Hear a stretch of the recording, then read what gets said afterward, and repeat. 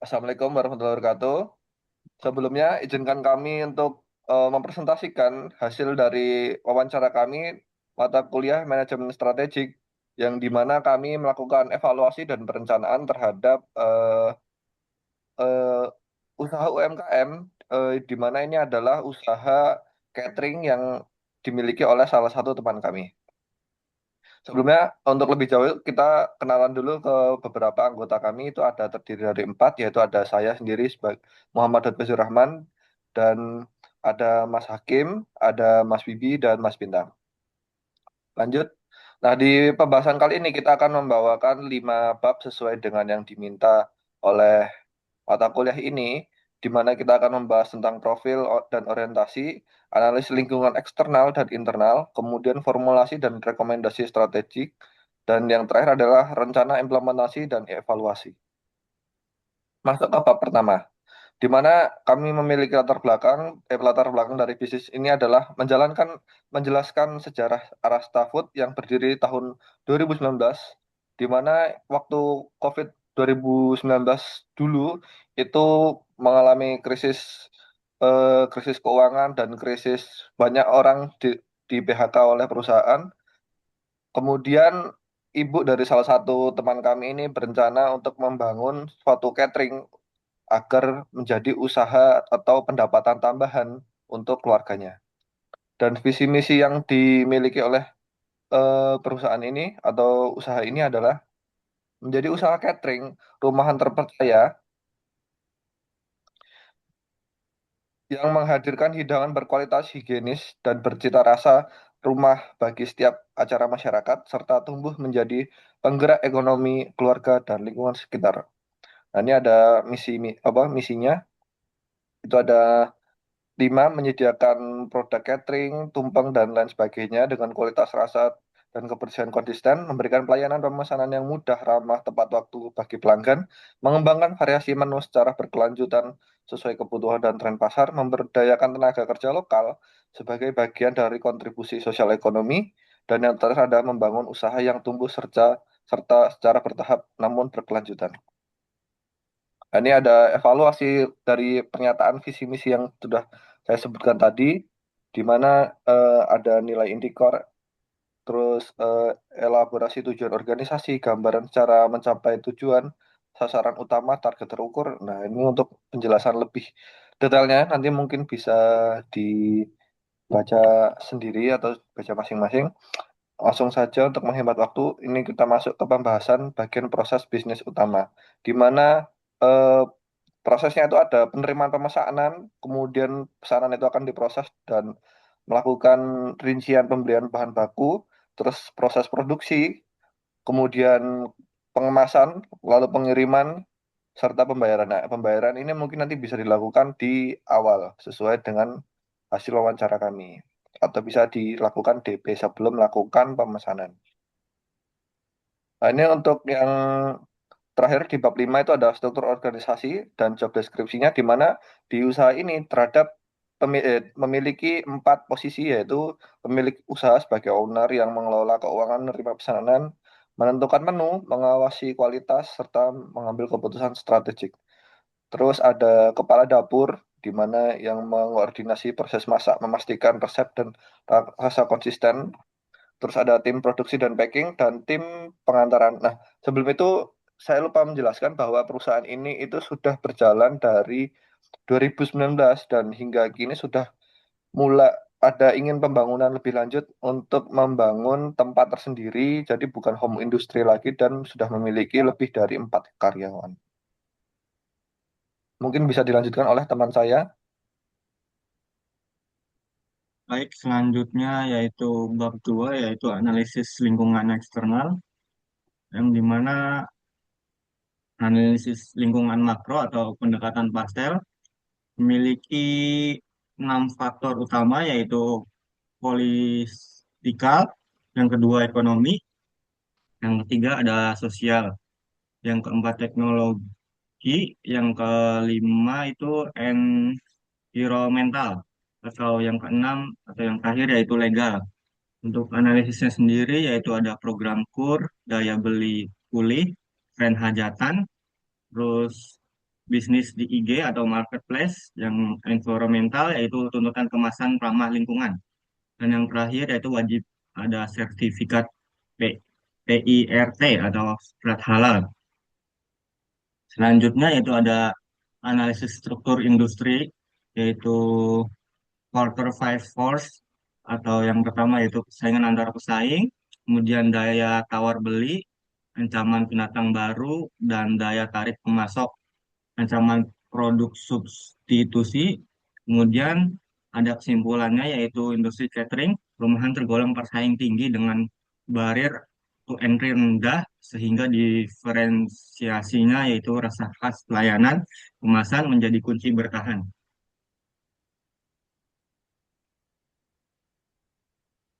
Selanjutnya yaitu identifikasi peluang atau opportunity dan ancaman atau threats.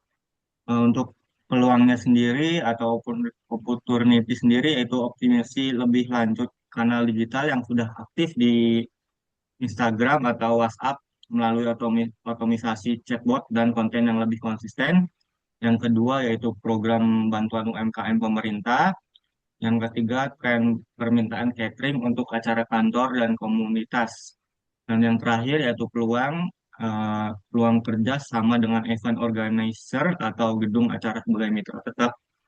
Selanjutnya yaitu untuk ancamannya sendiri yaitu persaingan harga dari catering rumahan lain di wilayah yang sama.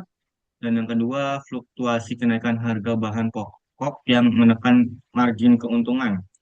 Dan ketiga ketergantungan pada momen tertentu atau musiman seperti hajatan dan hari besar. Dan yang terakhir atau yang keempat yaitu standar higienitas dan sertifikat yang makin dituntut oleh pelanggan atau korporat instansi.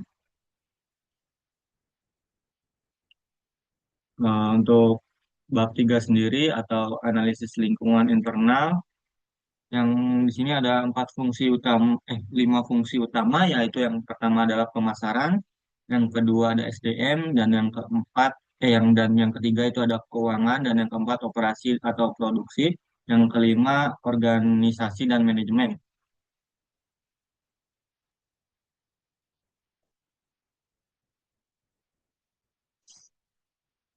Eh, Untuk selanjutnya yaitu analisis lingkungan internal atau aktivitas utama primary activities, inbound logistik, pembelian bahan baku segar dari pasar atau pemasok lokal. Dan yang kedua ada operation proses memasak dan pengolahan menu. Dan yang ketiga yaitu ada outbound logistik atau pengemasan dan pengiriman ke lokasi acara. Dan yang keempat, marketing dan sales atau promosi via Instagram atau WhatsApp. Dan yang kelima yaitu servis penataan prasmanan di lokasi respon permintaan khusus pelanggan. Dan yang selanjutnya itu aktivitas pendukung atau support activities. Yang pertama itu ada firm infrastruktur, manajemen sederhana oleh pemilik usaha. Dan yang kedua ada HR manajemen atau rekrutmen informal. Dan yang ketiga teknologi development sudah pakai media sosial, tapi belum ada otomatisasi chatbot. Yang keempat yaitu procurement atau pembelian langsung, belum ada kontrak pemasukan jangka panjang.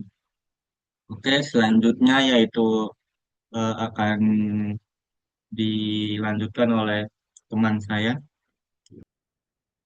Oke, masih di bab 3 yaitu analisis lingkungan internal. Di sini kita mengidentifikasi kekuatan dan kelemahan. Oke, yang pertama kekuatan. Yang ke satu itu cita, cita rasa khas dan konsisten sejak 2019. Yang kedua resiliensi bisnis. Ini bertahan dan beradaptasi dari krisis. Yang ketiga ada fleksibilitas menu.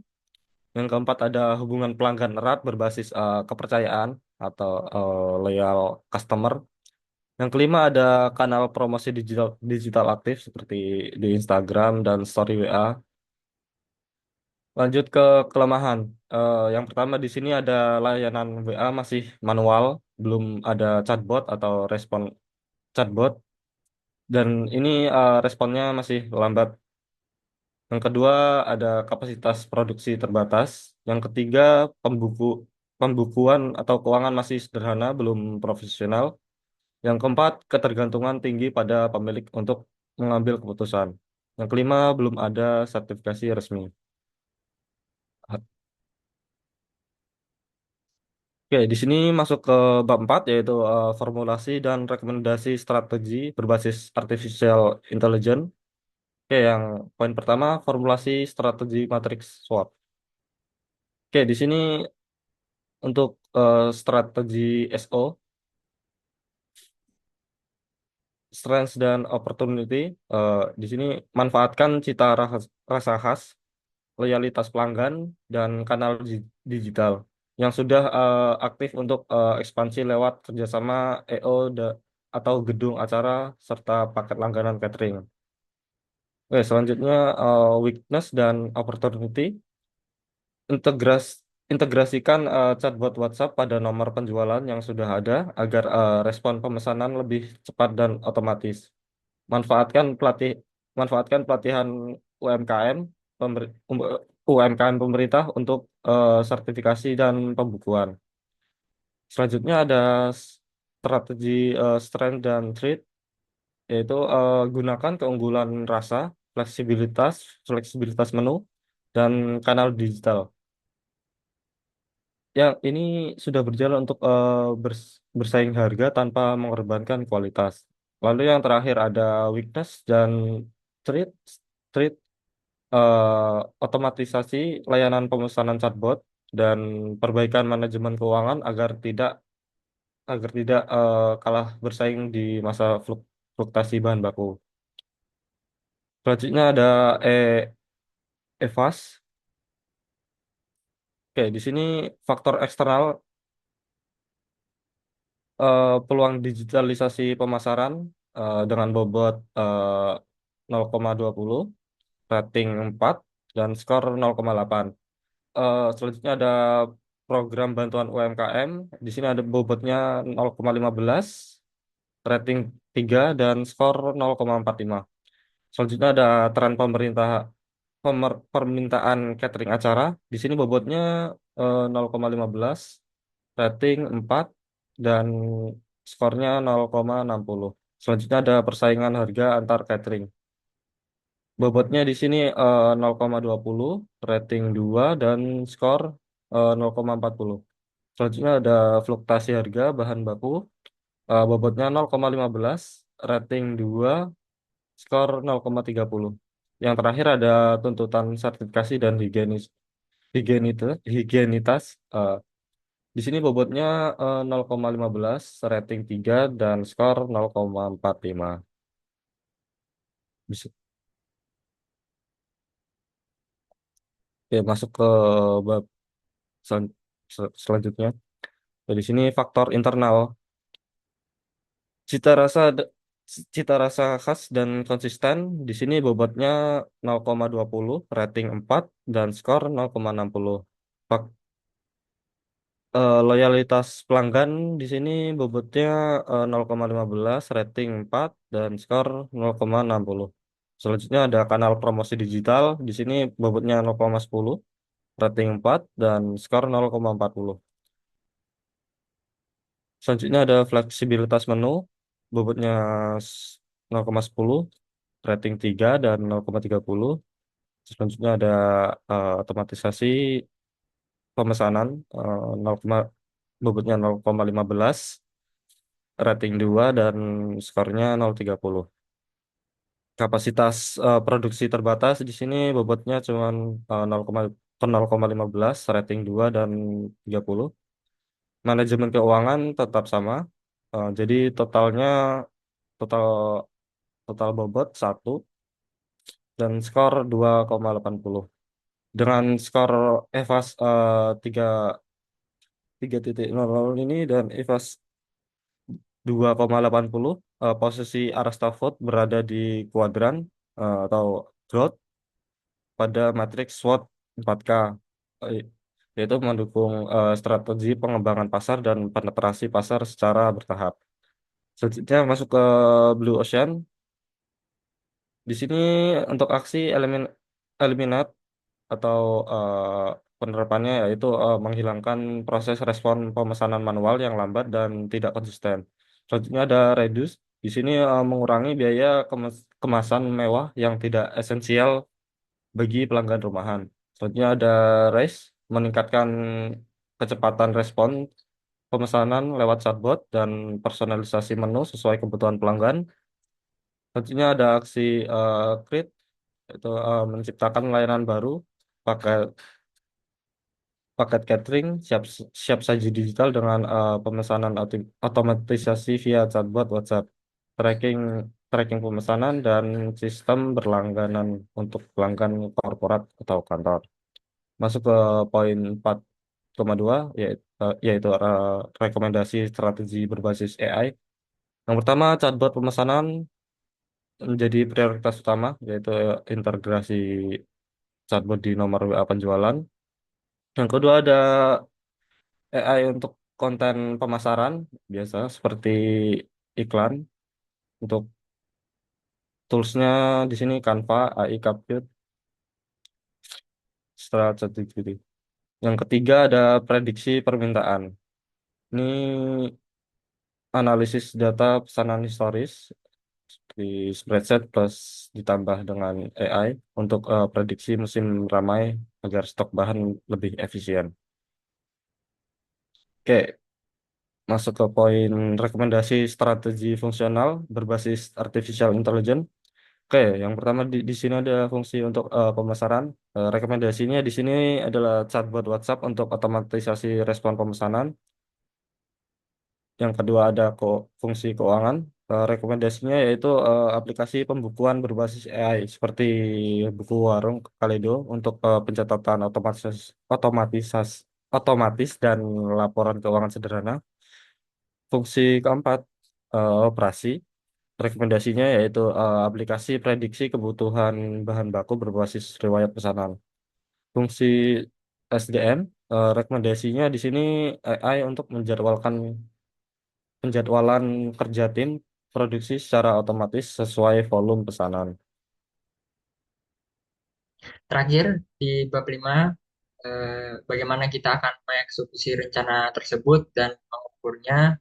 Kita membuat beberapa perspektif dari beberapa eh, orang mungkin, terus juga membuat performance indikator dengan target selama 1 tahun yang akan datang.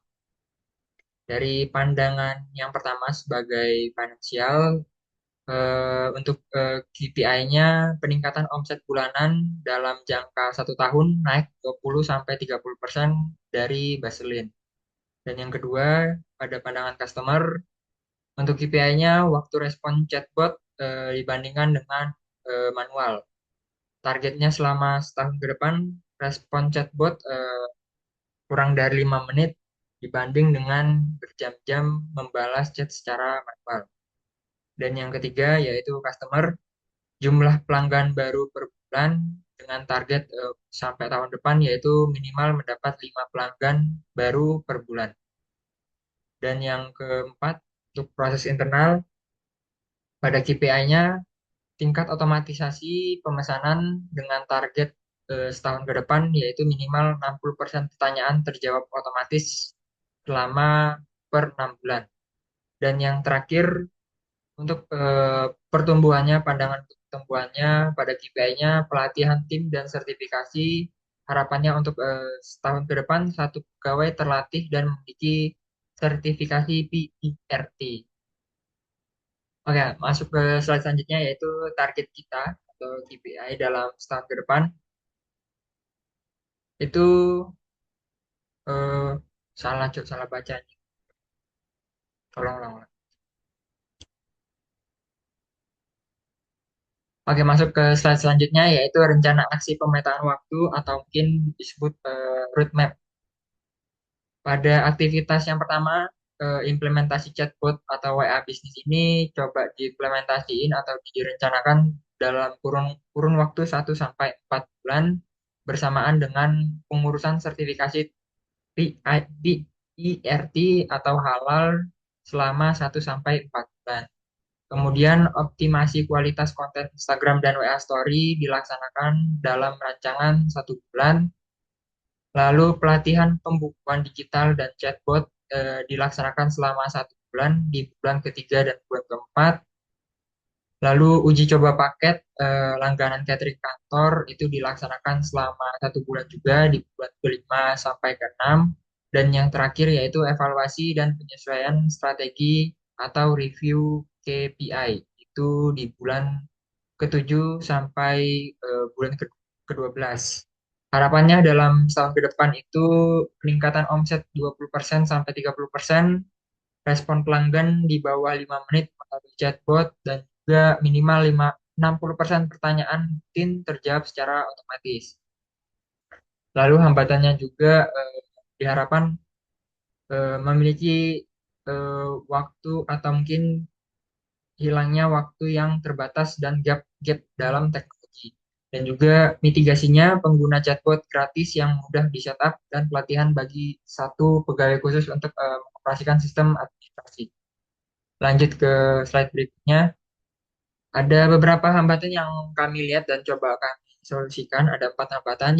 Yang pertama yaitu keterbatasan waktu pemilih eh, merangkap banyak peran, termasuk membalas WA manual. Kami menyarankan untuk coba menggunakan chatbot dan mengurangi beban. Untuk itu, sisa tugasnya di bagian administrasi lain didelegasikan ke satu pegawai yang sudah dilatih. Dan yang kedua yaitu keterbatasan modal untuk sertifikasi dan setup chatbot. Kami menyarankan untuk memanfaatkan program bantuan UMKM pemerintah dan menggunakan banyak platform chatbot WA gratis atau berbiaya rendah yang tersedia. Dan yang ketiga, resistensi terhadap teknologi baru atau chatbot meski media sosial sudah biasa dipakai. Kami menyarankan untuk tim yang sudah terbiasa pakai Instagram atau WA, mulai transisi ke chatbot relatif lebih mudah dan mulai menggunakan fitur auto reply sederhana terlebih dahulu. Lalu yang terakhir yaitu fluktuasi harga bahan baku. Saran kami yaitu menjalin kerjasama tetap dengan 2 sampai 3 pemasok agar harga lebih stabil dan terjaga. Gitu. Oke, mungkin itu aja yang bisa kami sampaikan. Kurang lebihnya mohon maaf, Bu. Cukup sekian dari kami. Wassalamualaikum warahmatullahi wabarakatuh.